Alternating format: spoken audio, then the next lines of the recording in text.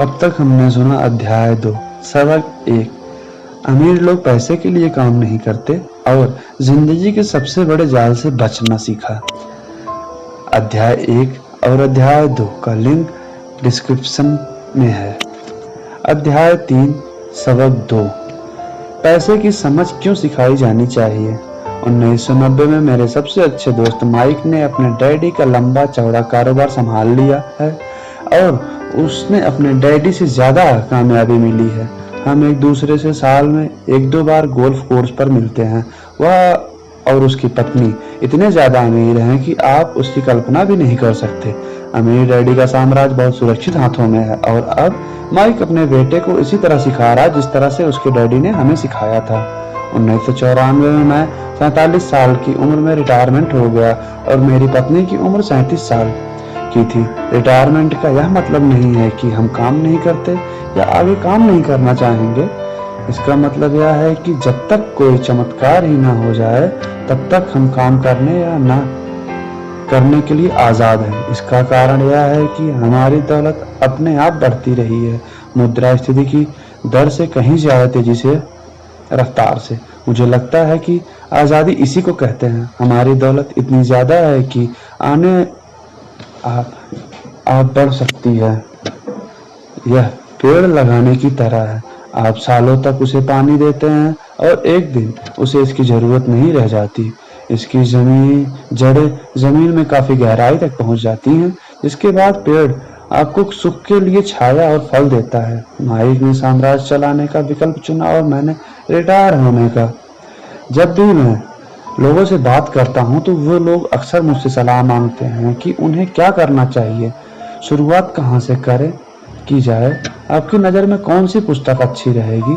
हम बच्चों को यह सबसे अमीर बिजनेसमैन 1923 में सबसे महान नेता और सबसे अमीर बिजनेसमैन शिकागो के वाटर बीच पर इकट्ठे हुए। वे लोग बहुत मशहूर थे। चार्ल्स श्रावस सबसे बड़ी स्टील कंपनी के मुखिया थे। सैमुअल इंसूल दुनिया की सबसे बड़ी यूटिलिटी के अध्यक्ष थे। हार्वर्ड फॉर्ब्सन सबसे बड़ी गैस कंपनी के मुखिया थे। आइवन क्रूजर दुनिया की सबसे बड़ी कंपनियों में से एक इंटरनेशनल मैच कंपनी के अध्यक्ष थे। लियान फ्रेजर और बैंक ऑफ इंटरनेशनल सेटलमेंट्स के अध्यक्ष थे। रिचर्ड व्यूटनी न्यूयॉर्क स्टॉक एक्सचेंज के मुखिया थे। आर्थर कार्टर और जेसी लिवरमोर सबसे बड़े 2 स्टॉक स्पेकुलर शेयर का कारोबार करने वाले थे। और अल्बर्ट फॉर्ड फ्रिचर्ड ड्राइंग के कैबिनेट के मंत्री थे। 25 साल बाद उनमें से 9 लोगों का अंत इस तरह हुआ। 5 साल तक कर्ज में डूबे रहने के बाद गरीबी में मरे। इंसूल की मौत विदेश में दिवालियापन की हालत में हुआ। क्रूजर और कार्टन भी गरीबी में मरे। हॉब्सन पागल हो गए। व्हिटनी और आल्बर्ट फॉल उन समय जेल से रिहा हुए थे। फ्रेजर और लेयर आत्महत्या कर चुके थे। शायद कोई भी ठीक से यह नहीं बता सकता कि इन लोगों के साथ ऐसा क्यों हुआ था। यह 1923 की बात है। हम इतना अंदाजा तो लगा सकते हैं कि यह 1929 के मार्केट क्रैश और बड़ी आर्थिक मंदी के ठीक पहले का समय था। मंदी का इन लोगों पर निश्चित रूप से बहुत ज्यादा असर हुआ होगा। देखने वाली बात यह है, आज हम इन लोगों से ज्यादा मुश्किल समय में जी रहे हैं। परिवर्तन ज्यादा हो रहे हैं, पूरी दुनिया में हो रहे हैं। मुझे लगता है कि आने वाले 25 सालों में बहुत से ऐसे उतार चढ़ाव आएंगे जो इन लोगों द्वारा झेले गए उतार चढ़ाव की तरह ही होंगे। मुझे यह चिंता है कि बहुत से लोग सिर्फ पैसे पर अपना ध्यान लगाए बैठे हैं और अपनी सबसे बड़ी दौलत पर ध्यान नहीं दे रहे हैं, जिसका नाम है शिक्षा। अगर लोग लचीले होंगे, दिमाग खुला रखेंगे और सीखने के लिए तैयार रहें तो इन परिवर्तनों के बावजूद भी वे अमीर बन सकते हैं। अगर लोग यह सोचेंगे कि पैसे उनकी समस्या को सुलझा सकता है तो ऐसा लोगों के लिए आगे आने वाले समय बहुत परेशानी भरा होगा। बुद्धि से समस्या सुलझती है और पैसा आता है। अगर आपके पास पैसे की समझ नहीं है तो पैसा चाहे आ भी जाए पर ज्यादा देर तक नहीं टिकता।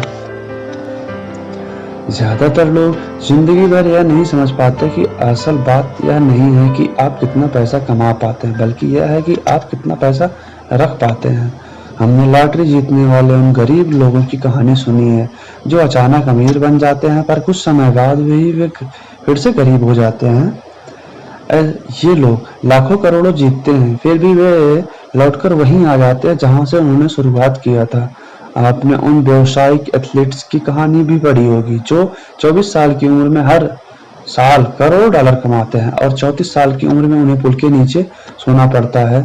आज ही के अखबार में एक युवक बास्केटबॉल खिलाड़ी की खबर छपी है जो 1 साल पहले करोड़ों का मालिक था। आज वह यह शिकायत करता फिर रहा है कि उसके दोस्तों, वकीलों और अकाउंटेंट्स ने उसके पैसे हड़प लिए और इसी वजह से आज उसे बहुत कम मजदूरी के साथ कार धोने का काम करना पड़ रहा है। वह सिर्फ 29 साल का है। उसे कार धोने के काम से भी निकाल दिया गया। उसकी वजह यह थी कि उसकी कार साफ करते समय अपनी चैंपियंस रिंग उतारने में मना कर दिया और इसलिए उसकी खबर अखबार में छपी गई। वह अपने निकाले जाने का विरोध कर रहा है और कह रहा है कि यह भेदभाव है। अंगूठी ही तो उसकी महान जिंदगी की इकलौती निशानी है। उसका कहना है कि अगर आप उसकी अंगूठी तुड़वा लेंगे तो उसके पास जिंदा रहने का कोई सहारा नहीं बचेगा और वह मर जाएगा। 1997 में मैं ऐसे बहुत से लोगों को जानता हूँ जो नए नए करोड़पति बने रहे थे। एक बार फिर 1920 के उछाल वाले दशक की याद दिला देता है। हालांकि मैं खुश हूँ कि इतने ज्यादा लोग अमीर बनते जा रहे हैं, परंतु मैं उन्हें चेतावनी देना चाहूंगा कि लंबे समय में यह महत्वपूर्ण नहीं है कि आपने कितने पैसे कमाए, बल्कि महत्वपूर्ण यह है कि आपने कितना पैसा रखा और आपने कितनी पीढ़ियों तक उस पैसे को सहेजा। तो जब लोग मुझसे पूछते हैं हम किस तरह शुरुआत करें, मुझे बहुत जल्दी से अमीर कैसे बनाया जा सकता है, तो वे मेरे जवाब से बहुत निराश हो जाते हैं। मैं उनसे सिर्फ यही कहता हूँ कि मेरे अमीर डैडी ने मुझसे बचपन में कहा था, अगर तुम अमीर बनना चाहते हो तो तुम्हारे पास पैसे की समझ होनी चाहिए। जब भी मैं अमीर डैडी से मिलता था यह विचार मेरे दिमाग में हर बार ठोका जाता था। जैसे मैंने कहा, मेरे पढ़े लिखे डैडी हमेशा किताब पढ़ने के फायदे बताते रहते थे। दूसरी तरफ मेरे अमीर डैडी वित्तीय साक्षरता या पैसे की समझ विकसित करने पर जोर देते थे। अगर आप एम्पायर स्टेट बिल्डिंग बनाने जा रहे हैं तो सबसे पहले आपको एक गहरा गड्ढा खोदना पड़ेगा और एक मजबूत नींव डालनी होगी। अगर आप किसी उपनगर में एक घर बनाने जा रहे हैं तो आपको सिर्फ 6 इंच का कंक्रीट का स्लैब डालना होगा। ज्यादातर लोग अमीर बनने के चक्कर में 6 इंच के स्लैब पर एम्पायर स्टेट बिल्डिंग्स खड़ी करना चाहते हैं। हमारा स्कूल सिस्टम उस जमाने का है जब खेती किसानी ही अर्थव्यवस्था की आधार थी। आज भी वह नींव बने घरों पर भरोसा करता है। धूल का फर्श आज भी लोकप्रिय है, इसलिए स्कूल से निकलने वाले बच्चों की कोई आर्थिक नींव नहीं होती। एक दिन जब उन्हें नींद नहीं आती और वे कर्ज में डूब जाते हैं तो वे अमेरिकी सपने को देखते हैं और यह फैसला करते हैं कि पैसे की जो समस्या उनके सामने खड़ी है उसे अमीर होकर ही सुलझाया जा सकता है। इमारत बनना शुरू हो जाती है, वह तेजी से ऊपर बढ़ती है और जल्द ही एम्पायर स्टेट्स बिल्डिंग के बजाय हमारे पास सबरिया लीनिंग टावर होता है। हमारी रातों की नींद एक बार फिर उड़ जाती है। माइक और मेरे लिए दोनों ही विकल्प संभव थे क्योंकि हमारी आर्थिक नींव मजबूत थी और पैसे की समझ हमें बचपन से ही सिखाई गई थी।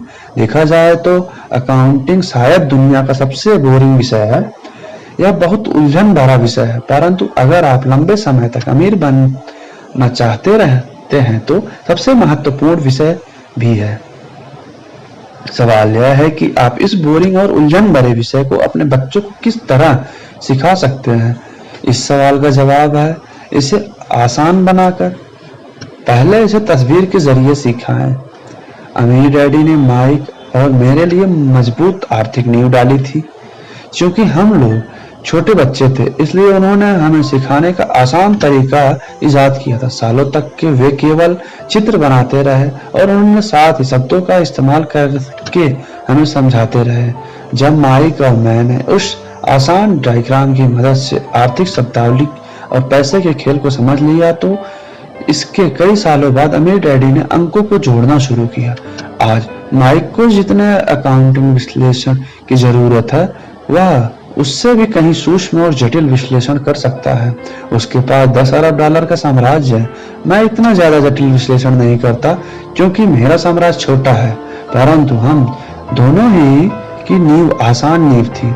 हमें आगे वाले पृष्ठों में मैं आपसे सामने वही आसान सा चित्र खींचूंगा जो माइक के डैडी ने हमारे लिए खींचा था। हाल ही में वे आसान है, परंतु इन चित्रों के सहारे उन्होंने 2 छोटे बच्चों को ठोस और गहरी नींव का दौलत का बड़ा महत्व बनाना सिखाया। नियम 1, आपको संपत्ति एसेट्स और दायित्व लायबिलिटी का अंतर पता होना चाहिए और हमेशा संपत्ति ही खरीदनी चाहिए। अगर आप अमीर बनना चाहते हैं तो आपको बस इतना ही जानने की जरूरत है। यह पहला नियम है, यही इकलौता नियम है। यह महत्वपूर्ण लगता है, परंतु ज्यादातर लोगों को यह पता नहीं है कि यह नियम इतना महत्वपूर्ण है। ज्यादातर लोग पैसे की समस्या में सिर्फ इसलिए उलझ रहे हैं क्योंकि उन्हें यह पता नहीं होता कि दायित्व और संपत्ति में क्या फर्क होता है। अमीर लोग संपत्ति इकट्ठा करते हैं और गरीब मध्यम वर्ग के लोग दायित्व इकट्ठा करते हैं। और मजे की बात यह है कि इन लोगों को यह लगता है कि वे संपत्ति इकट्ठा कर रहे हैं। जब अमीर डैडी ने माइक और मुझे यह बताया कि हमने सोचा कि वे मजाक कर रहे हैं। हम 2 बच्चे अमीर बनने का रहस्य जानने के लिए इतना हैरान परेशान थे, जबकि उनका जवाब इतना आसान था। यह इतना ज्यादा आसान था कि हमें इस बात पर सोचने के लिए बहुत देर तक ठहरना पड़ा। संपत्ति क्या होती है? माइक ने पूछा। अभी उस बारे में चिंता मत करो, मेरे डैडी ने कहा। अभी सिर्फ इस विचार को अपने दिमाग में घुस जाने दो। अगर तुम इसे आसानी से समझ सकते हो तो तुम्हारी जिंदगी की एक योजना होगी और तुम्हें जिंदगी भर पैसे की कभी दिक्कत नहीं आएगी। यह आसान है, इसलिए इसे अनदेखा कर दिया जाता है। आपका मतलब है कि हमें बस इतना ही जानने की जरूरत है, संपत्ति क्या है? यह जानने के बाद हमें उसे हासिल कर ले और अमीर बन जाएंगे? मैंने पूछा। अमीर डैडी ने हामी भरी। हाँ, यही इतना ही आसान है। अगर यह जानना इतना आसान है तो फिर हर आदमी अमीर क्यों नहीं बन जाता? मैंने पूछा। अमीर डैडी मुस्कुराए। क्योंकि लोग संपत्ति और दायित्व में फर्क नहीं कर पाते।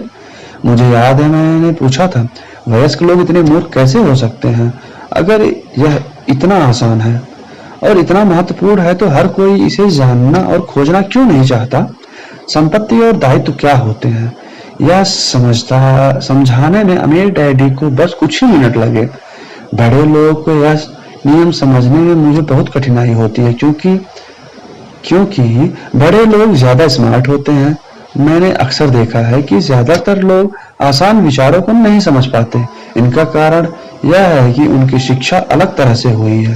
उन्हें दूसरे प्रोफेशनल्स ने पढ़ाया है, जैसे bankers, accountants, real estates agents and financial planners इत्यादि। ज्यादातर बड़े लोग के सामने मुश्किल यह होती है कि उन्हें बहुत कुछ भूलना पड़ता है, एक बार फिर से बच्चा बनना पड़ता है। एक समझदार वयस्क को अक्सर ऐसा लगता है कि आसान परिभाषाओं पर ध्यान देना मूर्खता है। अमीर डैडी किस सिद्धांत में यकीन करते हैं? कीप इट पली स्टूपिड, मूर्ख, इसे आसान ही रहने दो। इसलिए वे हम 2 बच्चों को सबक को आसान बनाते थे और इस तरह उन्हें हमारे पैसे की नींव को ज्यादा मजबूत बना दिया। तो दिक्कत या उलझन किस बात से आती है? यह इतनी आसान चीज किस तरह कठिन बन जाती है? कोई ऐसी संपत्ति क्यों खरीदेगा जो असल में दायित्व होती है? इसका जवाब हमें अपनी बुनियादी शिक्षा से मिलता है। हम साक्षरता शब्द पर ज्यादा ध्यान देते हैं, जैसे पैसे की साक्षरता को अनदेखा कर देते हैं। कोई वस्तु संपत्ति है या दायित्व, यह कैसे पता चलेगा? अगर आप सचमुच झंझट में फंसना चाहते हैं तो इन शब्दों को डिक्शनरी में देख लें। मैं जानता हूं कि यहाँ दी हुई परिभाषाएं किसी अकाउंटेंट्स को अच्छी तरह लगती होगी, परंतु दिक्कत यह है कि आम आदमी इन्हें पूरी तरह से नहीं समझ पाता। फिर भी हम वयस्क लोग यह मानने में अपनी तौहीन समझते हैं कि कोई चीज हमें समझ में नहीं आ रही है। शब्द महत्वपूर्ण नहीं होते, महत्वपूर्ण वह बात होती है जो शब्दों के जरिए बताई जाती है। कई लोग पढ़ते हैं परंतु ज्यादा समझ नहीं पाते। यह रीडिंग कॉम्प्रिहेंशन या पढ़े हुए को समझने की काबिलियत होती है, और इस क्षेत्र में हम सबकी अलग अलग काबिलियत होती है। उदाहरण के लिए मैंने हाल ही में एक नया वीसीआर खरीदा।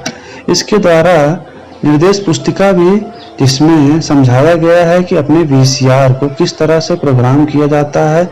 मैं शुक्रवार की शाम को आने वाले अपने फेवरेट टीवी शो को रिकॉर्ड करना चाहता था, पर इस निर्देश पुस्तिका को पढ़ते पढ़ते मैं पागल हो गया। मुझे दुनिया में कोई भी काम इतना मुश्किल नहीं लगता जितना कि अपने वीसीआर को प्रोग्राम करना। मैं शब्दों को पढ़ सकता था, परंतु इसके बावजूद मुझे समझ में कुछ नहीं आ रहा था। मुझे शब्दों को पहचानने में ए मिल लग रहा था, परंतु उन्हें समझने में मुझे एफ मिल रहा था। और यही जानकर ज्यादातर लोगों के साथ पैसे के मामले में होता है। अगर आप अमीर बनना चाहते हैं तो आपको अंकों को पढ़ना और उन्हें समझना आना चाहिए। मैंने अपने अमीर डैडी से यह बात हजारों बार सुनी है, और मैंने यह भी सुना है कि अमीर लोग संपत्ति इकट्ठा करते हैं जबकि गरीब और मध्यम वर्गीय लोग दायित्व इकट्ठा करते हैं।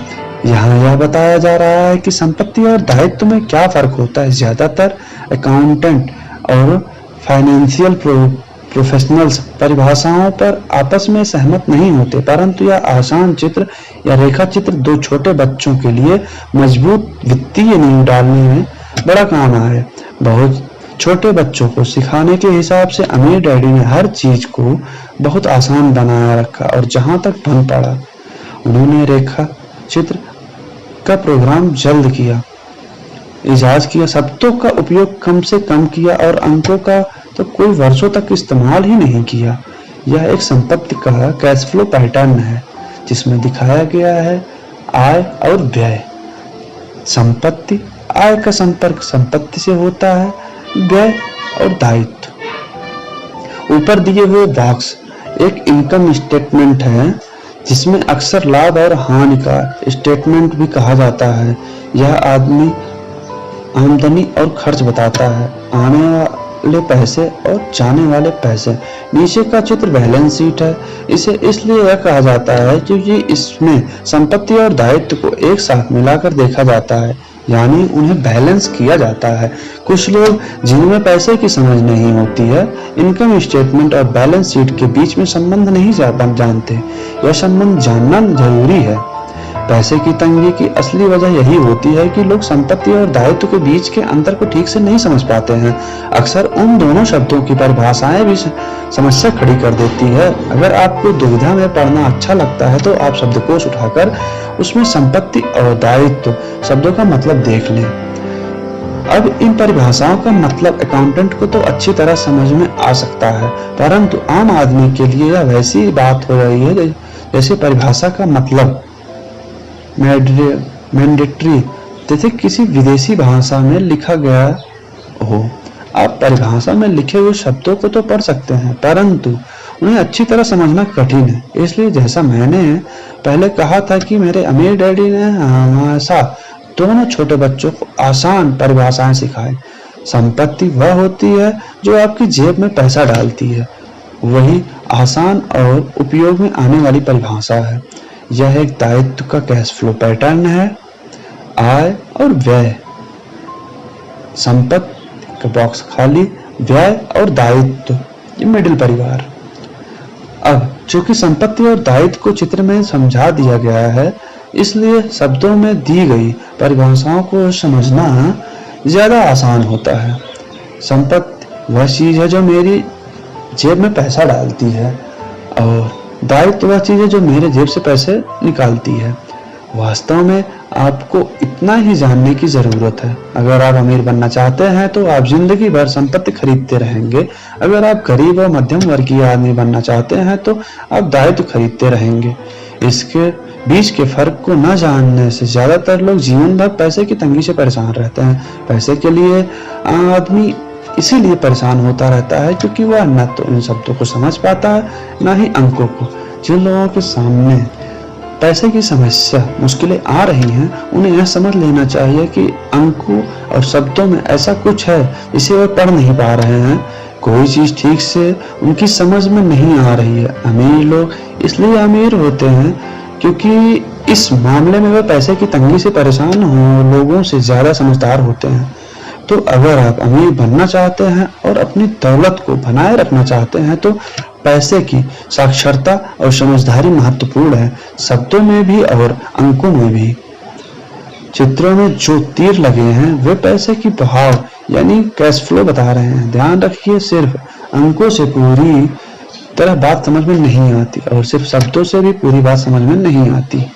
महत्व तो पूरी कहानी का होता है। किसी वित्तीय रिपोर्ट में अंकों को पढ़ना प्लान या कहानी ढूंढने की तरह ही होता है। पैसा कहाँ जा रहा है, इस बात की कहानी 80% परिवारों की पैसे की कहानी यह होती है कि वे अमीर बनने के लिए कड़ी मेहनत करते जाते हैं। इसका कारण यह नहीं है कि वे पैसे नहीं कमाते, असली कारण यह है कि वे जिंदगी भर संपत्ति की जगह दायित्व खरीदते रहते हैं। उदाहरण के तौर पर यह एक अमीर आदमी या घर पर रहने वाले नौजवान का कैश फ्लो पैटर्न है। रोजगार रहेगा तो टैक्स, भोजन, किराया, कपड़े, मनोरंजन ये सब साधन होंगे, संपत्ति और दायित्व तो नहीं। यह मध्यम वर्गीय आदमी का कैश फ्लो पैटर्न है। अब रोजगार रहने पे सिर्फ दायित्व, रोजगार रहने पे आय, तनख्वाह तो आएगी, व्यय, टैक्स, अस्थायी व्यय, भोजन, कपड़े, मनोरंजन, संपत्ति, दायित्व, कम्यूज लोन, क्रेडिट कार्ड। यह एक अमीर आदमी का कैश फ्लो पैटर्न था।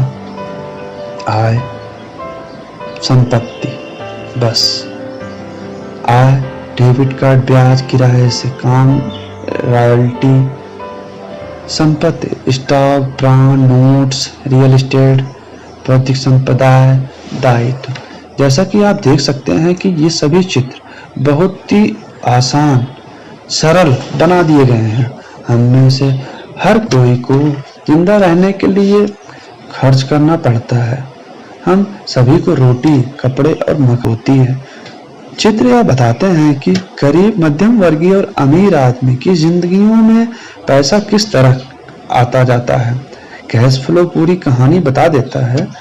इस कहानी में यह बताया जाता है कि वह आदमी अपने पैसे का किस तरह से इस्तेमाल करता है। एक बार पैसा हाथ में आ जाने के बाद वह पैसे का क्या उपयोग करता है।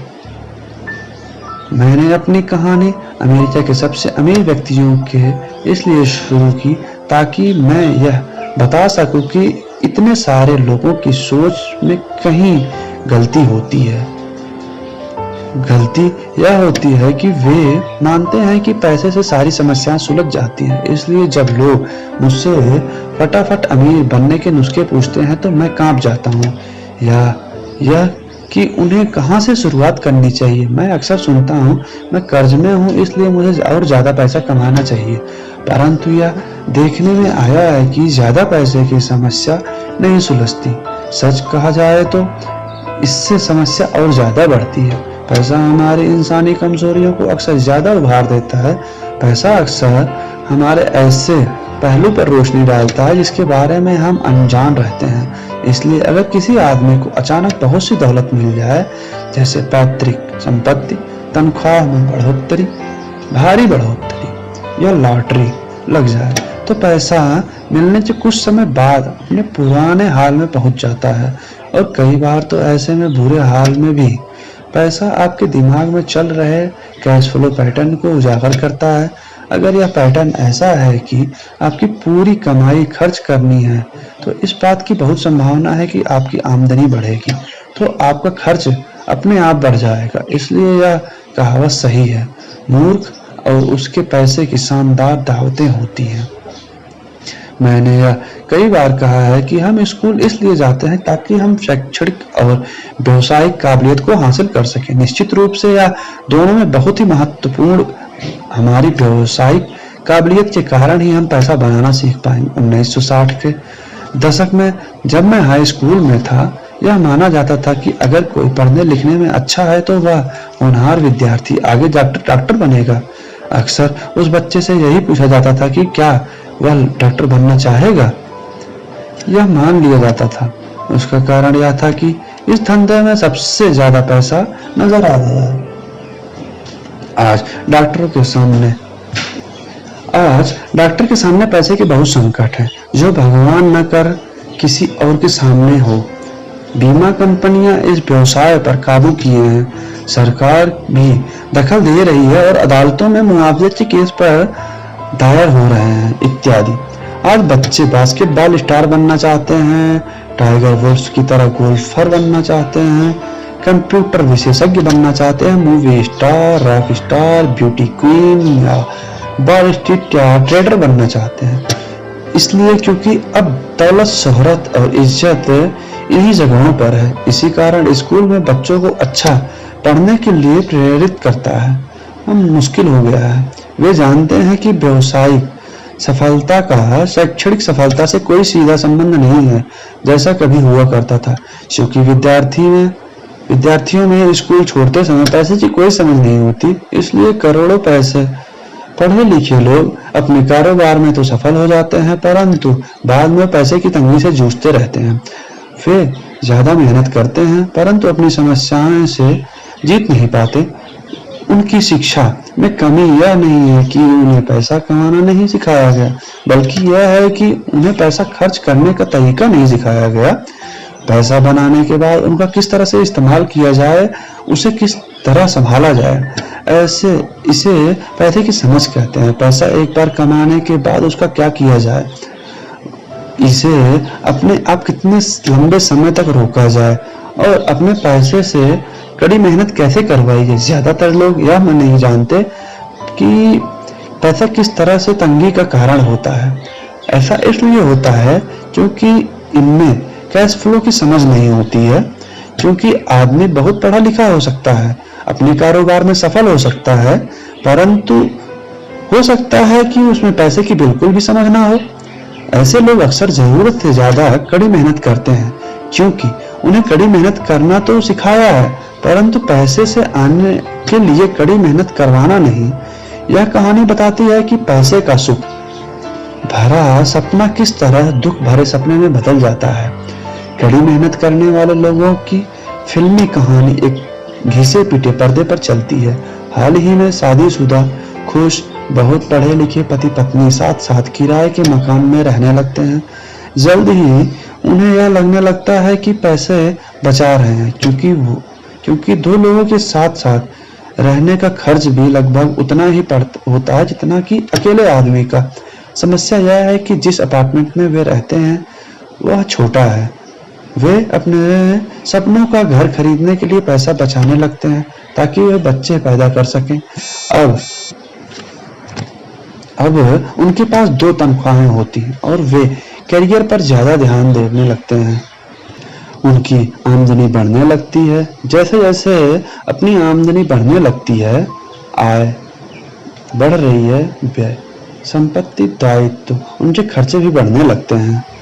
आय कम, व्यय ज्यादा, संपत्ति, दायित्व। ज्यादातर लोगों के लिए पहले नंबर का खर्च होता है टैक्स। कई लोग सोचते हैं कि इनकम टैक्स, परंतु ज्यादातर लोगों के लिए सबसे बड़ा टैक्स होता है सोशल सिक्योरिटी टैक्स। कर्मचारी को ऐसा लगता है कि social security tax, Medicare tax को मिलाकर कुल टैक्स लगभग 7.5% के करीब होता है, परंतु हकीकत में यह 15% होता है, क्योंकि आपके बॉस को भी सोशल सिक्योरिटी की इतनी ही रकम मिलानी पड़ती है। मुद्दे की बात यह है कि वह पैसा है जो आपके बॉस आपको नहीं दे सकता। इससे भी बड़ी बात यह है कि आपको अपने वेतन में से कटे सोशल सिक्योरिटी टैक्स की रकम पर इनकम टैक्स भी देना होता है, और यह ऐसी आमदनी होती है जो आपके हाथ में नहीं आई, बल्कि सीधे ही सोशल सिक्योरिटी में चली गई। फिर दायित्व बढ़ने लगता है। आय, व्यय, संपत्ति, दायित्व। इसे समझने का सबसे आसान तरीका यह है कि हम वापस युवा पति पत्नी की कहानी की तरफ चले। उनकी आमदनी बढ़ने के कारण वे फैसला करते हैं कि अब वे किराए के मकान में नहीं रहेंगे बल्कि अपने सपनों का घर खरीद लेंगे। अब वे अपने घर में पहुंच जाते हैं तो उन पर एक नए टैक्स का बोझ आ जाता है जिसे प्रॉपर्टी टैक्स कहते हैं। फिर वे लोग नई कार खरीदते हैं, नया फर्नीचर और नया सामान खरीदते हैं ताकि उनका घर आलीशान लगे। अचानक वे अपने सपने से जागते हैं और देखते हैं कि उनके दायित्व का कॉलम बढ़ गया है। वे कर्ज में हैं और उन्हें बहुत से मटेरियल ऋण और क्रेडिट कार्ड ऋण चुकाने पड़ रहे हैं। और वे चूहा दौड़ में फंस चुके हैं। एक बच्चा पैदा हो जाता है। वे और कड़ी मेहनत करते हैं। प्रक्रिया फिर दोहराई जाती है। ज्यादा पैसा आता है, उन पर ज्यादा टैक्स लगता है। फिर बेफिक्र खरीद भी कहा जाता है। तभी उनके पास डाक में से एक और क्रेडिट कार्ड आ जाता है। वे उसका इस्तेमाल करते हैं। वह खत्म हो जाता तभी एक लोन कंपनी और आमदनी आकर उन्हें बताता है कि उनकी सबसे बड़ी संपत्ति उनके घर की कीमत बढ़ गई है। कंपनी उन्हें एक बिल कंसोलिडेशन लोन देने का ऑफर देती है क्योंकि उनकी क्रेडिट कार्ड बहुत अच्छी है। कंपनियां उन्हें यह भी बताती हैं कि समझदारी इसी में होगी कि वे अपने ऊंचे ब्याज दर पर लिए गए कंफ्यूजन लोन को अपने क्रेडिट कार्ड से चुका दे और उसके अलावा उसे घर पर लगने वाले ब्याज से उन्हें टैक्स में छूट भी मिलेगी। वे ऐसे ही करते हैं और ज्यादा ब्याज दर वाले क्रेडिट कार्ड का भुगतान कर देते हैं। उसके बाद वे राहत की सांस लेते हैं। उन्होंने क्रेडिट कार्ड का हिसाब साफ कर दिया है। अब उन्होंने अपने उपभोक्ता ऋण को होम मॉर्टगेज में बदल लिया है। उनका भुगतान भी कम हो जाता है क्योंकि उन्हें अपने कर्ज को 30 साल की किस्तों में चुकाना है। समस्या से निपटने का यही स्मार्ट तरीका है। उनके पड़ोसी जहां आते हैं और उन्हें शॉपिंग पर चलने का न्योता देते हैं। मेमोरियल डे की सेल्स लगी हुई है। मेमोरियल डे की सेल्स लगी हुई है। यही तो मौका है कुछ पैसे बचाने का। वे अपने आप से कहते हैं, मैं कुछ नहीं खरीदूंगा, मैं तो सिर्फ देखने जा रहा हूँ। परंतु अगर कोई चीज़ जिम जाए तो उसे खरीदने की उम्मीद में वे अपने क्रेडिट कार्ड को ले जाना नहीं भूलते। मैं ऐसे युवा दंपत्ति से हर समय टकराता हूँ। उनके नाम बदलते रहते हैं परंतु उनकी पैसे की तंगी एक सी ही रहती है। वे मेरी चर्चाओं में यह सुनने के लिए आते हैं कि मैं इस बारे में क्या कहूँ। वे मुझसे पूछते हैं, क्या आप हमें बता सकते हैं कि और ज्यादा पैसा कैसे कमाया जा सकता है? उनकी खर्चीली आदतों ने उन्हें और ज्यादा कमाने के लिए मजबूर कर दिया है। वे इतना ही नहीं जानते कि दरअसल समस्या पैसा कमाने की नहीं है, पैसा सही तरह से खर्च करने की है और यही पैसे की तंगी का कारण है। यह समस्या इसलिए पैदा होती है क्योंकि इनमें पैसे की समझ नहीं होती। यह समस्या इसलिए और भी भयानक हो जाती है क्योंकि वे संपत्ति और दायित्व के फर्क को नहीं समझ पाते। मेरा मानना है कि ज्यादा पैसे से शायद ही कभी किसी की पैसे की समस्या सुलझती है। समस्या समझदारी से सुलझती है। मेरा एक दोस्त बार बार कर्ज में फंसे लोगों को यही सलाह देता है, अगर आपको लगता है कि आपने अपने आप को किसी गड्ढे में फंसा लिया है तो गड्ढा खोदना बंद कर दो।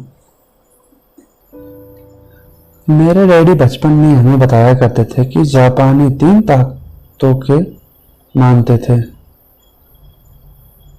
तलवार की ताकत, रत्नों की ताकत और दर्पण की ताकत। तलवार हथियारों की ताकत का प्रतीक थी। अमेरिका ने हथियारों पर खरबों डॉलर खर्च कर दिए और इसी कारण वह आज विश्व में सबसे ताकतवर देश है। रत्न पैसे की ताकत का प्रतीक है।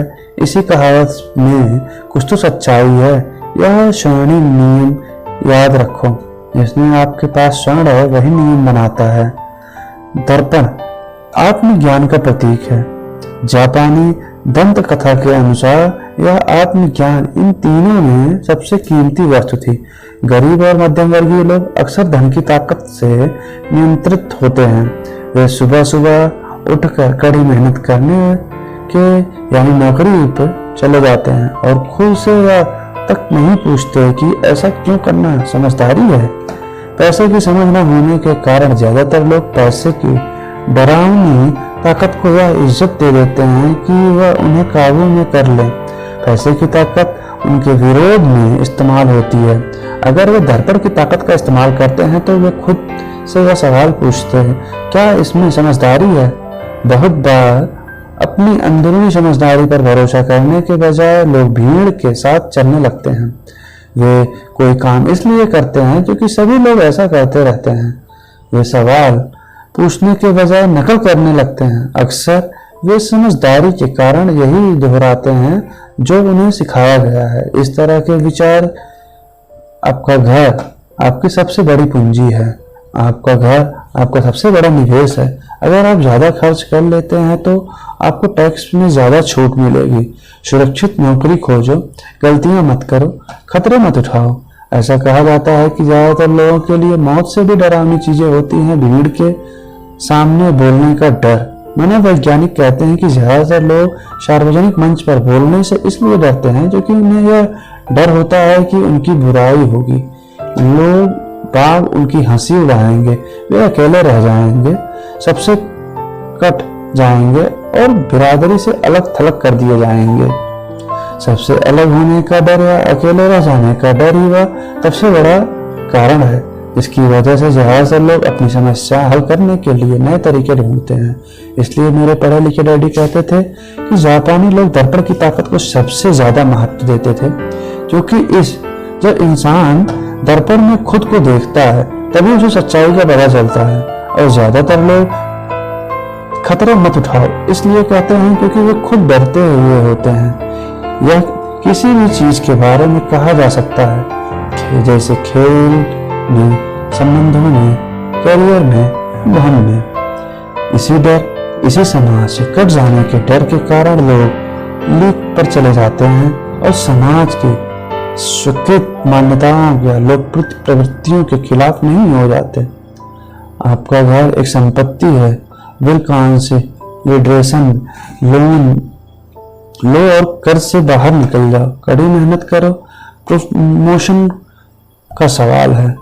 इस दिन मैं वाकई प्रेसिडेंट बन जाऊंगा। पैसे बचाओ। जब मेरी तनख्वाह बढ़ेगी तो मैं एक बड़ा घर खरीद लूंगा। म्यूचुअल फंड सुरक्षित है। टिकल भी मोल्स ढाल्स और स्टॉक में नहीं है, परंतु मेरे पास एक डील रखी हुई है जो दूसरे ग्राहक जब तक लेने नहीं आया है। भीड़ के साथ चलने और पड़ोसियों के ईशो आराम की नकल के कारण पैसे की बहुत सी समस्याएं पैदा हो जाती हैं। कई बार हम सभी को दर्पण में देखने की जरूरत होती है और हमें अपने डर के बजाय अपनी अंदरूनी समझदारी से सोचना चाहिए। जब माइक और मैं 16 वर्ष के हुए तो हमें स्कूल में समस्याएं आने लगी थी। बहुत बुरे बच्चे नहीं थे, हम केवल को भीड़ से अलग कर रहे थे। स्कूल के बाद और शनिवार रविवार तो हम माइक के डैडी के लिए काम करते थे। माइक और मैं अक्सर घंटों तक उसके डैडी के साथ बैठे रहते थे जब वो आपको बैंकर, वकीलों, अकाउंटेंट्स, ब्रोकर्स, निवेशक, मैनेजर्स और कर्मचारियों के साथ चर्चा करते थे। माइक के डैडी ने 13 साल की उम्र में स्कूल छोड़ दिया था और अब वे पढ़े लिखे लोगों को रास्ता दिखा रहे थे। उन्होंने आदेश और निर्देश दे रहे थे, उनसे सवाल पूछ रहे थे। पढ़े लिखे लोग एक आवाज पर दौड़े चले आते थे और उन्हें गुस्से से डरते थे। यह आदमी कभी भीड़ के साथ नहीं चला। इस आदमी ने खुद के दम पर सोचा और फैसला किया। उन्हें इन शब्दों से चिढ़ होती थी, हमें इसे इस तरह से इसलिए करवाना पड़ेगा क्योंकि सभी लोग इसी तरह से करते हैं। वे नहीं, ये नहीं हो सकता, ये भी बहुत चिढ़ते थे। अगर आप इनसे कोई काम करवाना चाहते हैं तो आपको बस इतना ही कहना था, मुझे लगता है कि आप इसे नहीं कर सकते। माइक और मैं उनके साथ रहकर जितना सीखे उतना हमने स्कूल में बिताए सालों में कभी नहीं सीखा, कॉलेज में भी नहीं। माइक के डैडी के पास स्कूल की शिक्षा तो नहीं थी, परंतु उनके पास पैसे की शिक्षा थी और इसी कारण वे सफल भी थे। वे हमें बार बार बताया करते थे, एक समझदार आदमी अपने से ज्यादा समझदार लोगों को नौकरी पर रख सकता है। इसलिए माइक और मुझे समझदार लोगों की बातें सुनने और उन्हें सीखने का लाभ मिला, परंतु इसके कारण माइक और मैं दोनों ही उस सामाजिक मान्यता के साथ नहीं चल पाए जो हमारे शिक्षक हमें सिखाते थे, और इस वजह से कई समस्याएं पैदा हो गई। जब कोई टीचर कहता था अगर तुम्हें अच्छे नंबर नहीं मिलते हैं तो तुम दुनिया में कुछ नहीं कर सकते, तो माइक और मैं अपने भाव चढ़ा लेते थे। जब हमें घिसे पीटे दर्रे पर चलने को कहा जाता था और नियमों का आरक्षण पालन करना सिखाया जाता था, तो हमें यह लगता था कि स्कूली शिक्षा दरअसल रचनात्मक का गला घोट देती है। इसी अमीर डैडी की यह बात समझने लगे थे कि स्कूल को इसलिए बनाया गया ताकि वहां अच्छे कर्मचारी तैयार हो सकें, न कि अच्छे मालिक। कभी कभार माइक और मैं टीचर से पूछते थे कि हम जो पढ़ रहे हैं उसकी असल जिंदगी में क्या उपयोगिता है, या फिर कि हमें पैसे के बारे में क्यों नहीं पढ़ाया जाता। दूसरे सवाल का अक्सर हमें यह जवाब मिलता था कि पैसा महत्वपूर्ण नहीं है, और अगर हम अच्छी पढ़ाई करेंगे तो पैसा अपने आप मिलने लगेगा। हम पैसे की ताकत के बारे में जितना ज्यादा जानते जाते हैं, अपने शिक्षकों और सहपाठियों से उतने ही दूर होते जाते थे। मेरे पढ़े लिखे डैडी ने कभी मुझे पर अच्छे नंबर के बारे में दबाव नहीं डाला। मुझे इस बात पर हैरत होती थी कि उन्होंने ऐसा क्यों नहीं किया, परंतु हम लोगों में पैसे को लेकर अक्सर वाद विवाद होने लगे थे। जब मैं 16 साल का हुआ तो मेरे पैसे की बुनियाद मेरे मम्मी डैडी से अच्छी हो चुकी थी। मैं हिसाब किताब रख सकता था। मैं tax, accountant, corporate attorney, bankers, real estate brokers, निवेशकों इत्यादि की बातें सुनता था। मेरे डैडी शिक्षक कौन से बातें करते थे। एक दिन मेरे डैडी मुझे बता रहे थे कि हमारा घर हमारे लिए सबसे बड़ा निवेश क्यों है। इस बात को लेकर हम लोगों से बहस हो गई। जब मैंने उन्हें यह बताया कि घर हमारे लिए एक अच्छा निवेश क्यों नहीं है, आगे जाने वाले चित्र से यह साफ हो जाता है कि आपके घरों को लेकर अमीर डैडी और मेरे गरीब डैडी के विचारों में कितना अंतर था। एक डैडी के हिसाब से उनका घर एक संपत्ति थी, जबकि दूसरे डैडी के हिसाब से एक दायित्व था। अमीर डैडी के हिसाब से चार, एक बॉक्स में संपत्ति, दूसरे बॉक्स में दायित्व में घर। गरीब डैडी संपत्ति वाले बॉक्स में घर, दायित्व खाली। मुझे याद है मैंने नीचे वाले चित्र खींचकर अपने डैडी को कैश फ्लो की दिशा समझाने की कोशिश की थी। मैंने उन्हें यह भी बताया कि घर के साथ साथ उससे जुड़े कुछ दिग्गज खर्च भी बढ़ जाते हैं। एक ज्यादा बड़े घर का मतलब है ज्यादा खर्च, और इसका मतलब यह था कि कैश फ्लो खर्च के कॉलम से होकर गुजर रहा है। दायित्व, आय, व्यय, रियल प्रॉपर्टी टैक्स, बीमा, रखरखाव, उपयोगिता, दायित्व। आज भी लोग मुझसे इस बात पर बहस करते हैं कि उनका घर संपत्ति क्यों नहीं है। मैं जानता हूं कि मुझसे बहुत से लोगों के लिए खुद का घर उनका सबसे बड़ा सपना होता है, और इसलिए वे उसे अपना सबसे बड़ा निवेश मानते हैं। अपने घर के मालिक होने से ज्यादा अच्छा कुछ भी नहीं है। मैं यह लोकप्रिय मान्यता को देखने का एक और नजरिया सुझाना चाहता हूँ। अगर मैं और मेरी पत्नी एक ज्यादा बड़ा और आलीशान मकान खरीदने की बात सोचते हैं, तो हम जानते हैं कि यह संपत्ति नहीं होगी बल्कि एक दायित्व होगा, क्योंकि इससे हमारी जेब से पैसा निकल जाएगा। तो यह रहा मेरा तर्क। हालांकि ज्यादातर लोग मुझसे सहमत नहीं होंगे, क्योंकि घर एक भावनात्मक चीज होती है, और जब पैसे का सवाल आता है तो भावनाएं पैसे की समझ को हरा देती हैं। मुझे व्यक्तिगत अनुभव से पता है कि पैसा हर फैसले को भावनात्मक बना देता है। नंबर 1, जब घर की बात आती है तो मैं यह बताना चाहता हूँ कि ज्यादातर लोग उस घर की कीमत चुकाने के लिए जिंदगी भर काम करते हैं। जिसके वे अभी पूरी तरह मालिक नहीं हुए हैं। दूसरे शब्द में ज्यादा लोग एक घर खरीदने के कुछ सालों बाद दूसरा घर खरीदते हैं और हर बार अपने मकान के लिए कर्ज वे लेते हैं। उस पर उनसे पास हर बार फिर से 30 साल का नया कर्ज हो जाता है। नंबर 2, हालांकि लोगों को मॉर्टगेज पेमेंट पर ब्याज के लिए टैक्स में छूट मिलती है, परंतु वे अपने दिक्कत खर्चों के लिए टैक्स के बाद मिलने वाले डॉलर्स का उपयोग करते हैं अपनी मॉर्टगेज पूरी तरह चुकाने के बाद भी। Number 3, property tax. मेरी पत्नी के मम्मी डैडी को धक्का लगा जब उनसे घर का प्रॉपर्टी टैक्स $1000 प्रति माह तक पहुंच गया। यह तब हुआ जब वे रिटायर हो चुके थे और इस बढ़ोतरी से उनका रिटायरमेंट के बाद का बजट गड़बड़ा गया और उन्हें मजबूरन मकान बदलना पड़ा। नंबर 4, घर की कीमत हमेशा नहीं बढ़ती। मेरे कुछ दोस्त हैं जिन्होंने अपने घर के लिए कर्ज लिया था। उन्हें $10 लाख से भी ज्यादा का कर्ज चुकाना है, पर आज उस घर की कीमत $7 लाख से ज्यादा नहीं है। नंबर 5, सबसे बड़े नुकसान अक्सर गंवाने की वजह से होते हैं। अगर आपका सारा पैसा मकान में फंसा रहा तो आपको ज्यादा कड़ी मेहनत करनी पड़ती है ताकि आपका खर्च चलता रहे। इस दौरान आपके संपत्ति वाले कॉलम में कोई बढ़ोतरी नहीं होती। अगर एक युवा पति पत्नी शुरुआत में ही अपना पैसा संपत्ति वाले कॉलम में लगाएं तो इसके आगे के साल आराम से गुजरेंगे, खासकर उस समय जब वे अपने बच्चों को कॉलेज में भेजेंगे। इस दौरान उनकी संपत्ति बढ़ जाएगी और उन्हें खर्चे भी आराम से चलते रहेंगे। अक्सर ऐसा होता है कि आपका घर आपके बढ़े हुए खर्चे के भुगतान के लिए इक्विटी लोन के साधन बन जाता है। संक्षेप में, अपना घर खरीदने का फैसला बहुत खर्चीला पड़ता है। इसके बजाय बेहतर यह होगा कि जल्द ही इन्वेस्टमेंट पोर्टफोलियो बना लिया जाए। किसी आदमी पर इसका असर कम से कम 3 तरह से पड़ता है। समय की बर्बादी, क्योंकि इस दौरान दूसरी संपत्तियों का मूल्य बढ़ गया होगा।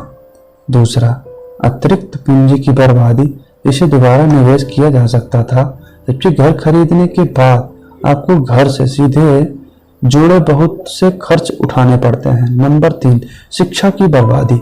अक्सर ऐसा होता है कि लोग यह मानते हैं कि उनके संपत्ति वाले कॉलम में उनका घर, बचत और रिटायरमेंट प्लान आते हैं, क्योंकि उनके पास निवेश करने के लिए पैसा नहीं होता, इसलिए वे बिल्कुल भी निवेश नहीं करते हैं। इस कारण उन्हें निवेश का अनुभव कभी नहीं मिल पाता। ज्यादातर लोग एक समझदार निवेशक नहीं बन पाते और सबसे बढ़िया निवेश सामान्यतः तौर पर सबसे पहले समझदार निवेशकों को बेचे जाते हैं, जो बाद में उन्हें सुरक्षित खेलने वाले लोगों को बेचते हैं। मेरे पैसे पढ़े लिखे डैडी का फाइनेंशियल स्टेटमेंट चूहा दौड़ से में फंसे व्यक्ति का सबसे अच्छा उदाहरण है। उनके खर्च हमेशा उनकी आमदनी से ज्यादा होते हैं, इसलिए उन्हें संपत्ति में निवेश करने का मौका ही नहीं मिलता। इतना नतीजा यह होता है कि उन्हें दायित्व और मॉर्टगेज और क्रेडिट कार्ड के कर्ज उनकी संपत्ति से कहीं ज्यादा होते थे। अगला चित्र 1000 शब्दों की तरह एक कहानी बताता है।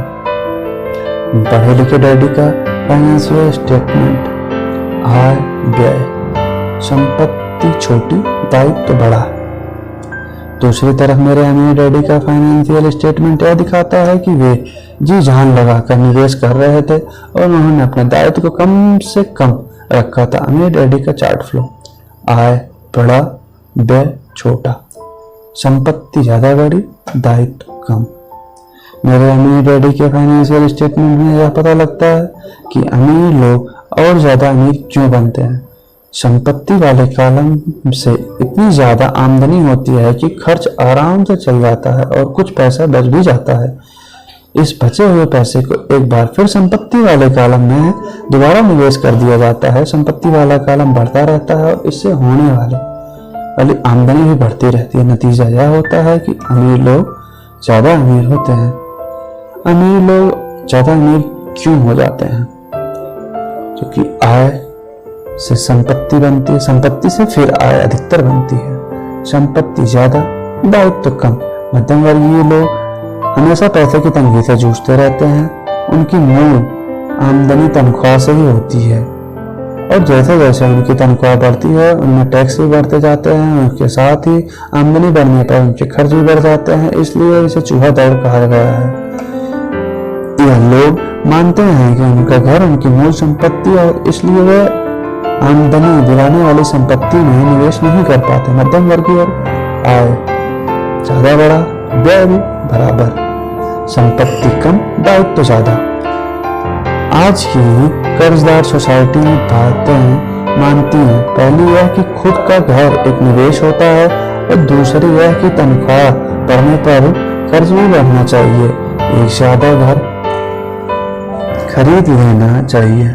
बढ़ते हुए खर्च के कारण परिवार ज्यादा कर्ज में फंसते जाते हैं और उन्हें पैसे की और ज्यादा तंगी का सामना करना पड़ता है। हालांकि वे अपनी नौकरियों में लगातार तरक्की करते रहते हैं और उनकी तनख्वाह लगातार बढ़ती रहती है। इसे हाई रिस्क लिविंग या बहुत जोखिम भरी जीवन शैली कहा जाता है और इसका कारण यह है कि ऐसे लोगों में पैसे की समझ नहीं होती।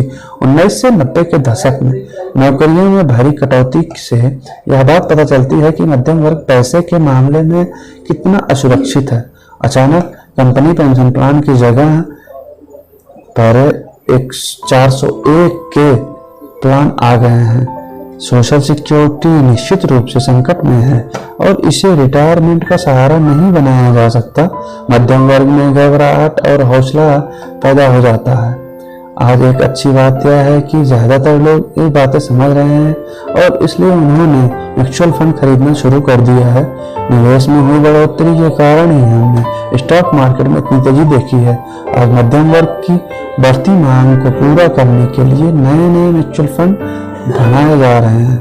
म्यूचुअल फंड इसलिए लोकप्रिय है क्योंकि वे सुरक्षा के प्रतीक हैं और म्यूचुअल फंड खरीदने वाले आदमी नौकरी, टैक्स और मार्केट चुकाने में, अपने बच्चों की कॉलेज की फीस के लिए पैसे बचाने में और क्रेडिट कार्ड का हिसाब साफ करने में बहुत ज्यादा व्यस्त हैं। उनके पास इतना समय नहीं है कि वे निवेश करने की कला सीख सकें, इसलिए वे म्यूचुअल फंड के मैनेजर की काबिलियत पर भरोसा करते हैं। साथ ही क्योंकि म्यूचुअल फंड कई तरह के निवेश करता है, इसलिए उन्हें ऐसा लगता है कि उनका पैसा ज्यादा सुरक्षित है। क्योंकि यह कर्ज टुकड़ों में बट गया है, जबकि डायवर्सिस हो जाता है। पढ़े लिखे मध्यम वर्ग का यह समूह म्यूचुअल फंड ब्रोकर्स और फाइनेंशियल प्लान्स के डाइवर्सिफाई सिद्धांत को सही मानता है। सुरक्षित रहो, जोखिम से बचो। असली त्रासदी यह है कि पैसे की समझ न होने के कारण औसत मध्यम वर्गीय लोगों को खतरा का सामना ज्यादा करना पड़ता है। सबसे सुरक्षित खेलने का यहाँ है चार। ठीक है, ठीक सर ऑटो वाले को दे देना। ठीक है। ऑटो हमारे रास्ते में है। हाँ,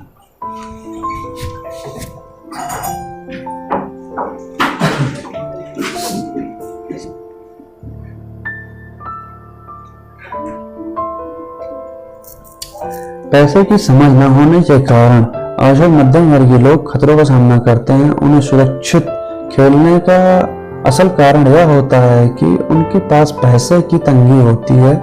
उनकी बैलेंस शीट में बैलेंस नहीं होता।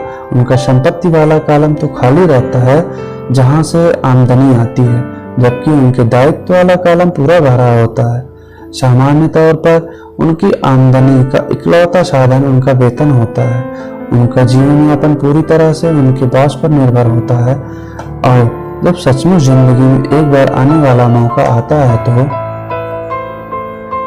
लोग इस मौके का फायदा नहीं उठा पाते। क्योंकि वे इतनी कड़ी मेहनत कर रहे हैं, इसलिए वे सुरक्षित खेल खेलते हैं, सबसे ज्यादा टैक्स चुकाते हैं और कर्ज के बोझ से दबे रहते हैं। जैसा मैंने इस खंड में शुरुआत में कहा, सबसे महत्वपूर्ण नियम यह है कि संपत्ति और दायित्व के बीच के अंतर को पहचानना। एक बार आप इन्हें फर्क समझ लें, उसके बाद आप आमदनी देने वाली संपत्ति खरीदने की लगातार कोशिश करते रहें। यह अमीर बनने की तरफ एक सबसे बढ़िया तरीका है। इसे कहते रहें, आपका संपत्ति वाला कॉलम बढ़ता रहेगा। अपने दायित्व और खर्च को कम करने की कोशिश भी कर दें। इससे पैसा आपकी संपत्ति वाले कॉलम में आता रहेगा। जल्द ही आपका संपत्ति वाला कॉलम इतना ज़्यादा मजबूत हो जाएगा कि आप और ज़्यादा जोखिम और निवेश कर सकेंगे। ऐसे निवेश जिसमें 100% से अनंत तक का फायदा हो सकता है। ऐसे निवेश जिसमें $5,000 की रकम जल्दी $10 लाख या उससे ज़्यादा हो सकती है। ऐसे निवेश जिन्हें मध्यम वर्ग बहुत जोखिम भरा मानता है। निवेश जोखिम भरा नहीं है, यह उस व्यक्ति के पैसे की नासमझी है, वित्तीय निरक्षरता है जो उसे बहुत जोखिम भरा बना देती है। अगर आप वही करते हैं जो सभी लोग करते हैं तो आपको यह चित्र मिलेगा। आय मालिक के लिए, व्यय सरकार के लिए, संपत्ति दायित्व बैंक के लिए काम। एक कर्मचारी होने के नाते जो घर का मालिक भी है, आपकी नौकरी का पार्टनर सामान्यतः यह होता है। आप किसी के लिए काम करते हैं, तनख्वाह पर काम करने वाले ज्यादातर लोग मालिक को ही, शेयर होल्डर्स को ज्यादा अमीर बना रहे हैं अपनी कोशिशों, मेहनत और सफलता से। दरअसल आपका मालिक सफल होता है और उन्हें रिटायरमेंट में मदद मिलती है। दूसरा नंबर, आप सरकार के लिए काम करते हैं और इसे देख पाएं, इसके लिए पहले सरकार आपकी तनख्वाह में से अपना हिस्सा ले लेती है। ज़्यादा कड़ी मेहनत करके आप सरकार को आने वाले टैक्स की बढ़ोतरी करते रहते हैं। ज़्यादातर लोग जनवरी से मई तक सिर्फ सरकार के लिए ही कमाते हैं।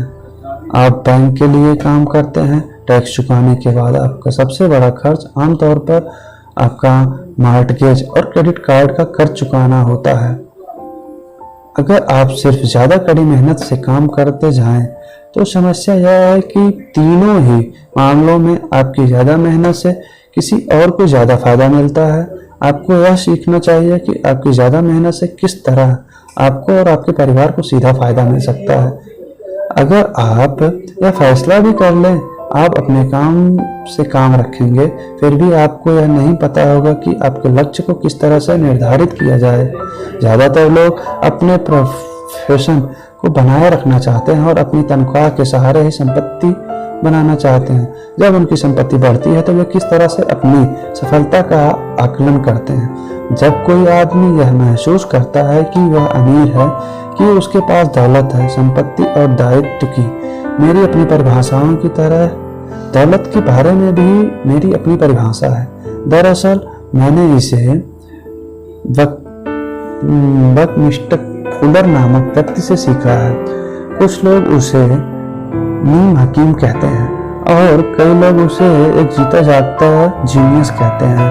सालों पहले सभी वास्तुविद इसलिए हैरान हो गए थे कि 1961 में उन्होंने जियोडेसिक होम के पेटेंट के लिए आवेदन किया था और उस आवेदन में फूल और दौलत के बारे में भी कुछ कहा था।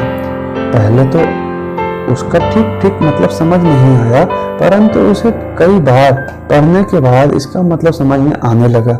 दौलत किसी आदमी की वह योग्यता है जिसके सहारे वह आगे आने वाले दिनों तक जिंदा रह सकता है। यानी अगर मैं आज काम करना बंद कर दूं तो मैं कितने समय तक जिंदा रह सकता हूं। यह नेटवर्थ की तरह नहीं है जो आपकी संपत्ति और दायित्व के बीच का अंतर है। हर व्यक्ति को लगता है कि उसके पास जो सामान है बहुत कीमती है, परंतु इस परिभाषा से सचमुच सही आकलन किया जा सकता है। मैं अब आकलन कर सकता हूँ। मैं सचमुच जानता हूँ कि आर्थिक रूप से आजाद होने के मेरे लक्ष्य के संदर्भ में मैंने कितनी तरक्की कर दी है। हालांकि नेटवर्थ में ऐसी चीजें भी आ जाती हैं जिससे पैसा नहीं आता, जैसे वह वस्तु जो आपके गैरेज में खड़ी है।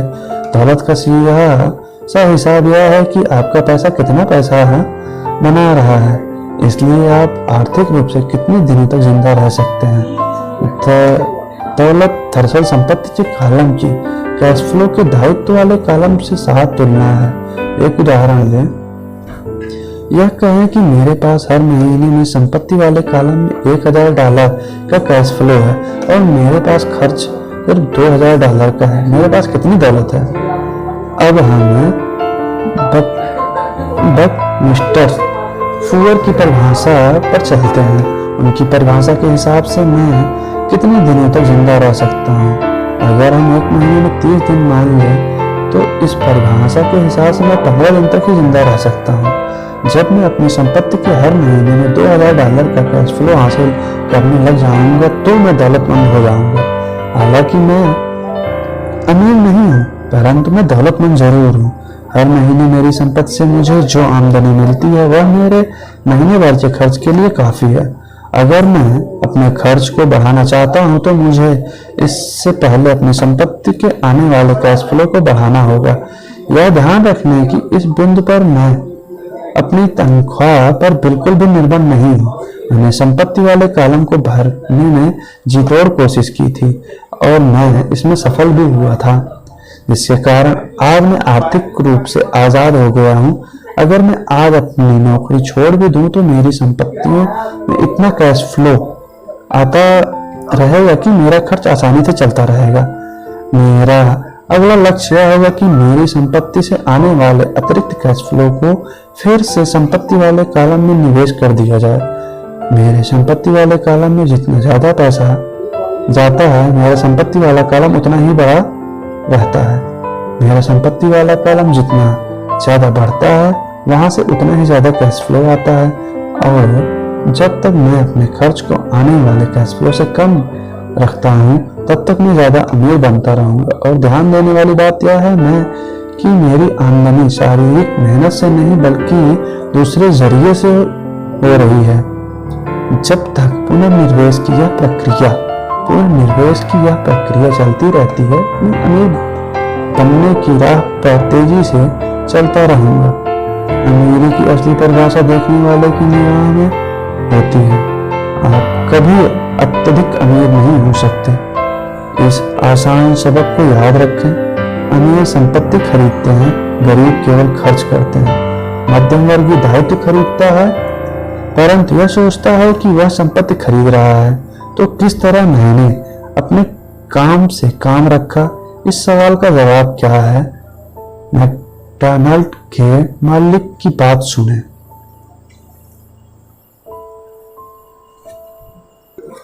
इस तरह से हमने सबक 2 कंप्लीट किया। अब नंबर रहेगा सबक 3 का, अपने काम से काम रखो।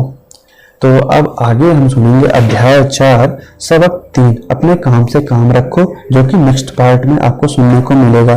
Thank you. Subscribe this channel आगे पढ़ते रहने के लिए, ऑडियो सुनते रहने के लिए।